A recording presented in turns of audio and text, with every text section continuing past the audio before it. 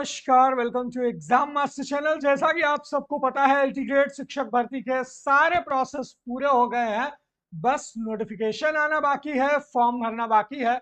और इसी क्रम में मैं आपको बता दूं कि बहुत सारे बच्चों के कॉल्स आते हैं कि सर जी जीएस के बारे में हमें थोड़ा सा एक डिटेल में वीडियो बना के बता दीजिए कि जीएस में हमारे कितने सब्जेक्ट आएंगे और सब्जेक्ट में क्या क्या पढ़ना है। देखिए, सफलता चाहिए तो कंफ्यूजन नहीं चाहिए, और जहां कंफ्यूजन है वहां सफलता नहीं है।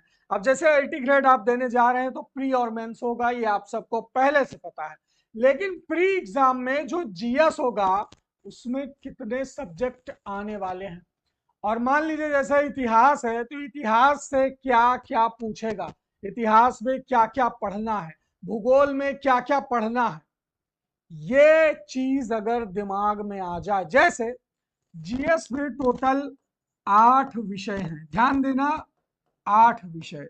अब इनमें से दो दो विषय अगर, अब ऐसा तो नहीं है कि आठों विषय रोज पढ़ोगे, भाई दो दो विषय करके तैयार करोगे ना।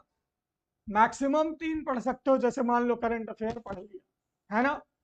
अब आठों अगर पढ़ोगे एक एक घंटा तो जीएस ही पढ़ते रह जाओगे, सब्जेक्ट कब पढ़ोगे। ये कंफ्यूजन होता है ना स्ट्रैटेजी बनाने में। और जो लोग यही करते रह जाते हैं, स्ट्रैटेजी नहीं बनाते हैं, वही फेल हो जाते हैं। तो यहां पर इस वीडियो में सभी 8 विषयों का विश्लेषण करने वाला हूं। और इसको जो लोग देख लेंगे, जो भी भाई बंधु जो देख लेंगे, वो समझ लो कि आठों विषय में पारंगत हो जाएंगे। करंट अफेयर को अभी साइड रखो, करंट अफेयर तो मैं ऐसा दूंगा जब एग्जाम आएगा कि आपका बेड़ा वहीं से पार हो जाएगा। और बाकी जो 7 विषय हैं वो ठोस है, उनको पढ़ने हैं। कैसे पढ़ने हैं, वो विषय कौन कौन से हैं, आइए देख लेते हैं। सबसे पहले ये है आपका सामान्य अध्ययन का पाठ्यक्रम। और सामान्य अध्ययन में जो सबसे पहला विषय है दोस्तों, वो है भारत का इतिहास। क्या हमें भारत का इतिहास पढ़ना है और भारत का राष्ट्रीय आंदोलन पढ़ना है, ठीक है। यानी हिस्ट्री में हमें दो चीज देखनी है। वो क्या क्या है हिस्ट्री में? भारत का इतिहास, यानी इतिहास भी पढ़ना है, वो भी किसका? भारत का इतिहास। तो भारत का इतिहास पढ़ने के लिए आप क्या करोगे, कहां से शुरुआत करोगे? तो इसका जवाब भी इसी में है। ये देखिए, भारत का इतिहास पढ़ने के लिए हमें भारतीय इतिहास के अंतर्गत जो सामाजिक, आर्थिक और राजनीतिक पक्षों की सामान्य जानकारी पर महत्व होगा। ये लोक सेवा आयोग का पेपर होगा। इसमें ये नहीं पूछेगा कि सिंधु सभ्यता की खुदाई किस साल हुई, बल्कि उसी टॉपिक से, इतिहास से ही मैं आपको बता दूं, जो नेचर ऑफ क्वेश्चन रहेगा। जो आप फैक्ट सोच रहे हैं कि हम इतिहास रट लेंगे, मौर्य वंश का संस्थापक कौन था, है ना, तो ये रटने से काम नहीं चलेगा। यहां पर इन्होंने पहली ही लाइन में कहा है कि इतिहास के अंतर्गत हम सामाजिक, आर्थिक और राजनीतिक पक्षों की सामान्य जानकारी, सामाजिक, आर्थिक और राजनीतिक पक्षों की सामान्य जानकारी, जैसे मौर्य शासन व्यवस्था क्या थी, फिर मौर्य समाज में कैसे कैसे विभाजन था, मतलब किस किस समाज में विभाजित था। इस तरह के थिंकिंग वाले सवाल पूछे जाएंगे, ना कि ज्यादातर फैक्ट वाले। और लोग फैक्ट रटते हैं, याद करते हैं, वही चूक जाते हैं। ये यूपी टेट के पर्यावरण का पेपर नहीं, मैं अभी बता दूं कि ये यूपी टेट के पर्यावरण का पेपर नहीं है कि आपसे पूछ लेगा भारत में पहली ट्रेन कब चली थी। ये नहीं पूछेगा। ये पूछेगा लॉर्ड डलहौजी की जो विलय नीति थी, इसका उस समय पर क्या प्रभाव पड़ा था, है ना। या 1857 के क्रांति के सैन्य कारण, राजनीतिक कारण या धार्मिक कारण क्या था। इस तरह के थिंकिंग वाले सवाल बनेंगे। हमें उस क्रिटिकल सोच से पढ़ाई करनी। ये एलटी ग्रेड का पेपर है, जीआईसी का पेपर है, यूपी टेट का पर्यावरण का पेपर नहीं है कि आप रट के चीजों को। अब आपको ये थोड़ा सा कठिन लग रहा होगा, लेकिन हमें ये समझना है पहली लाइन को। यहां से 2-3 सवाल आएंगे इतिहास से, फिर आएगा राष्ट्रीय आंदोलन पर अभ्यर्थियों से स्वतंत्रता आंदोलन, राष्ट्रीयता का अभ्युदय और स्वतंत्रता प्राप्ति के संबंध में सार परक जानकारी। जैसे गांधी जी ने दांडी आंदोलन कब किया ये नहीं पूछेगा, क्यों किया ये पूछेगा, तत्कालीन कारण क्या थे, उनमें से कोई एक सही जवाब रहे, है ना। ये बात को समझिए, समझ गए।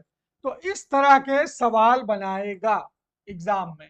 तो अगर अभी से आपके दिमाग में ये चीज रहेगा तो आप ये कारणों पर प्रकाश डाल सकते हो, पढ़ सकते हो। अब जैसे देखो यहाँ पर दूसरा सब्जेक्ट है भारत और विश्व का भूगोल। भारत और विश्व का भौतिक, है ना। भौतिक का मतलब क्या हुआ कि विश्व के जो देशांतर और अक्षांश है, हमारी भौतिक स्थिति क्या है, कौन कौन सी रेखा हमारे देश के किस किस राज्य से गुजरती है, ये भौतिक भूगोल हो गया। यानी मैप पर, ग्लोब पर हमारे देश की स्थिति विश्व के अकॉर्डिंग, हमारे देश से दूसरे देश का जो टाइम चेंज है वो कितना है ना। इस तरह से सवाल पूछेगा। सामाजिक और आर्थिक भूगोल, सामाजिक भूगोल भी पूछेगा, आर्थिक भूगोल भी पूछेगा। भारत के भूगोल के अंतर्गत भौतिक, सामाजिक, आर्थिक भूगोल से संबंधित प्रश्न होंगे। विश्व भूगोल विषय में केवल सामान्य जानकारी अपेक्षित होगी, केवल सामान्य जानकारी, विश्व भूगोल की सामान्य जानकारी की अपेक्षा आपसे रहेगी, एक्सपेक्टेशन रहेगी। अब सामान्य जानकारी में क्या आएगा, विश्व भूगोल की सामान्य जानकारी में आएगा कि एकदम जैसे पूछ लेगा आपसे अटलांटिक महाद्वीप, इस तरह से आपसे सवाल पूछेगा सामान्य जानकारी, है ना। किस महाद्वीप में सबसे ज्यादा देश है, कौन सा सबसे छोटा महाद्वीप है, कौन सा सबसे गहरा महासागर है, उसका सबसे बढ़िया गर्त क्या है, यह सामान्य जानकारी के अंतर्गत आता है वर्ल्ड ज्योग्राफी। इसको अच्छे से समझेंगे तो 3-4 क्वेश्चन आपका यहां से तैयार हो जाएगा। अब इसके बाद बात करते हैं राजनीति शासन। देखिए पॉलिटिक्स, भारत की राजनीति, भारत की शासन व्यवस्था, भारत का संविधान, भारत की राजनीतिक व्यवस्था, भारत में पंचायती राज, लोक नीति और आधिकारिक मुद्दे। सोचिए अगर हर टॉपिक से एक एक सवाल पूछा तब भी कितने सवाल हो गए पॉलिटी से। भाई शासन से एक सवाल पूछ लिया, है ना, न्यायपालिका, कार्यपालिका और विधायिका से सवाल पूछ लिया, राजनीतिक व्यवस्था, संविधान के अनुच्छेद से सवाल पूछ लिया, पंचायती राज और पंचवर्षीय योजना से सवाल पूछ लिया, लोक नीति जो आम जनता के लिए पॉलिसीज बनाई जाती हैं उनसे सवाल पूछ लिया, और आधिकारिक मुद्दे। तो यहां पर देखिए देश का संविधान, पंचायती राज, सामुदायिक विकास सहित जो राजनीतिक प्रणाली है, इसकी नॉलेज से रिलेटेड क्वेश्चन रहेंगे। ये तीसरा सब्जेक्ट है, यानी इतिहास, भूगोल, राजनीति। अब चौथा सब्जेक्ट आप जानते हैं क्या आएगा, अर्थव्यवस्था। समस्या का पारस्परिक संबंध, आर्थिक नीति, भारतीय संस्कृति के व्यापक रूप में ज्ञान का परीक्षण किया जाएगा। इसमें ज्यादातर आपको जनसंख्या, पर्यावरण, नगरीकरण, है ना, जनसंख्या से सवाल पूछेगा, जनसंख्या घनत्व से सवाल पूछेगा, है ना, और प्रति व्यक्ति आय, प्रति व्यक्ति व्यय, जीडीपी, इस तरह के सवाल पूछे जाए। ठीक है। अब आता है करंट अफेयर, पांचवा सब्जेक्ट है आपका करंट अफेयर। इसमें खेलकूद के सवाल रहेंगे, ठीक है, खेलकूद के सवाल रहेंगे, साथ ही साथ चर्चित व्यक्ति, पुरस्कार और सरकार के द्वारा चलाई गई योजनाएं और अभियान, मिशन, ये सब रहेगा करंट अफेयर में। वो मैं बता दूंगा, मेरी जिम्मेदारी है करंट अफेयर में चौड़े से पास करवाना आप सबको। ठीक है, मैं आपको ज्यादा से ज्यादा 15 से 20 पेज का एक पीडीएफ दूंगा हाथ से लिख के। जैसे मैंने 10 पुरस्कार दिए तो उसमें से एक पुरस्कार फंस जाएगा। मैंने 10 किताबें जो पब्लिश हुई उनके नाम दिए, उसमें से एक किताब से क्वेश्चन फंस जाएगा, गारंटी, जो 10 इंपॉर्टेंट रहे। ऐसे 10 पुरस्कार, 10 चर्चित व्यक्ति, 10 किताबें, 10 योजनाएं, है ना, जो नए नए पद के सीईओ बने हैं, ये सब सारे मैं आपको 10-10 की लिस्ट दूंगा, ज्यादा से ज्यादा 10-15 पेज की, 20 पेज की मैक्सिमम, और करंट अफेयर धुआं धुआं। तो जीएस अगर कहीं पढ़ना है तो एग्जाम मास्टर के साथ मिलकर पढ़ना है, फिर देखना जीएस में तुम्हें कोई फेल करने वाला नहीं रहेगा। तो ये मेन सब्जेक्ट थे करंट अफेयर तक। अब अगर हम देखें तो भारत की कृषि, कृषि में क्या पूछेगा, भारत की कृषि में कृषि उत्पाद पूछेगा, हरित क्रांति और तमाम सारी क्रांतियां, या फिर आपसे पूछेगा कि जो ये कल्चर है ना, सेरी कल्चर, वीटी कल्चर, ये सब हार्टिकल्चर, इनसे सवाल पूछेगा। मिट्टी से सवाल पूछेगा, कौन सी मिट्टी, फिर खरीफ की फसल, जायद की फसल, इनसे सवाल पूछेगा।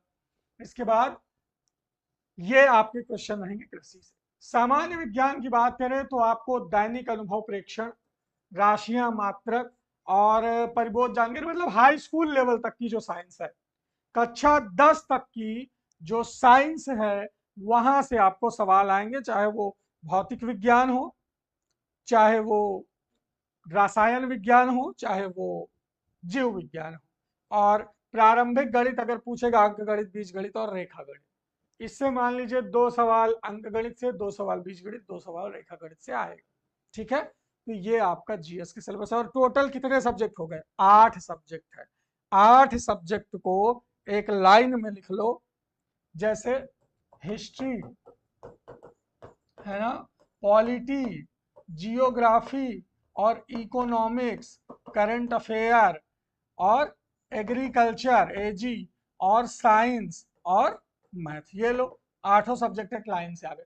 जब आप हिस्ट्री पॉलिटी एक साथ पढ़ सकते हो, अगर आपका कमजोर है तो हिस्ट्री पॉलिटी को एक साथ तैयार कर सकते हो, ज्योग्राफी इकोनॉमिक्स को एक साथ तैयार कर सकते हो, करंट अफेयर को अभी छोड़े रहना, मैं बताऊंगा कब पढ़ना है, एग्रीकल्चर, साइंस और मैथ, ऐसे करके आप 2-2 सब्जेक्ट करके मजबूत करिए। और हमारे साथ एलटीजीएस की 2 स्ट्रेटजी है, एक तो एलटीजीएस का नोट्स मंगा लीजिए हैंड रिटन, और दूसरा है एलटीजीएस का बैच ले लीजिए।